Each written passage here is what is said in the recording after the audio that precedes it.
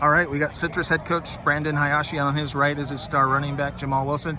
By the way, 98-yard, longest TD run in school history. First of all, can you tell me what he's given you for the first 3 games? But just seeing him do his thing, how special has he been so far? I mean, I always say it always starts with the things that we do off the field. Jamal's been a perfect representation of what it is that we do. So staying consistent, making sure that these guys are taking their notes, coming to our meetings with questions, and with notes already set up for the install, things of that sort. So, I mean, day in, day out, he's been consistently doing that. The way he practices, the way he takes care of his body, there's consistency on all levels off the field, and it's helping him on the field. So you can see his performance showing, and I mean, he's a hard worker too, so he's getting after it. So, I mean, I know in the game you don't care about that stuff, but knowing that you now have the longest run in program history, is that pretty cool? It feels really good.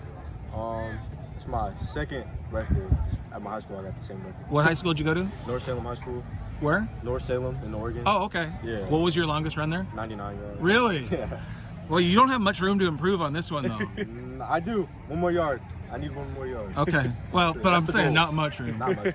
That's So Brandon, 48-13, they were never in the game. How did you guys overpower them tonight? Honestly, they're a good team though. I mean, the things that they did, they challenged us formation-wise.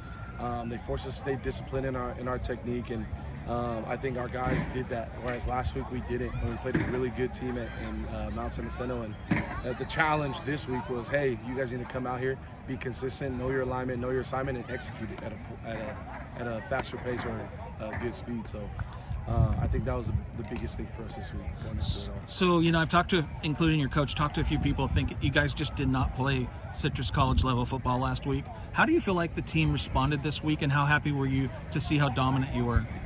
I think it put a chip on our shoulder, and it just gave us something to work for. It gave us that feeling that we don't want to feel again, that little pit in your gut, and I think it just made us hungry.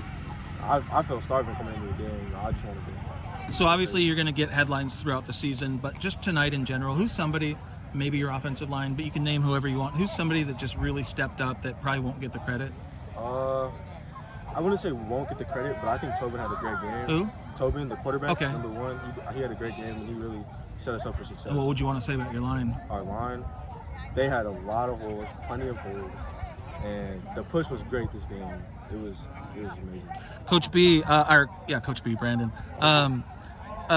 Mount Sac, the monster, next week at Mount Sac.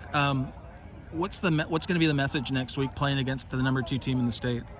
I mean, the biggest thing for us is, again, attacking this week the same way we did last week. Prior to that, we didn't have a clean practice. This last week, we had great practice week. I think it was our best practice week that we've had. So again, for me, it's all the same thing. Hey, stay consistent. Make sure you guys are locked in. Our guys did a great job doing that last week. We just got to replicate it this week. To your teammates, what's going to be your message? So that I'm not saying that you guys are going to be, intimidated by them, but they are the number 2 team in the state. Every year they're a state power. What's going to be your message to your teammates next week? Don't be intimidated. Don't be scared.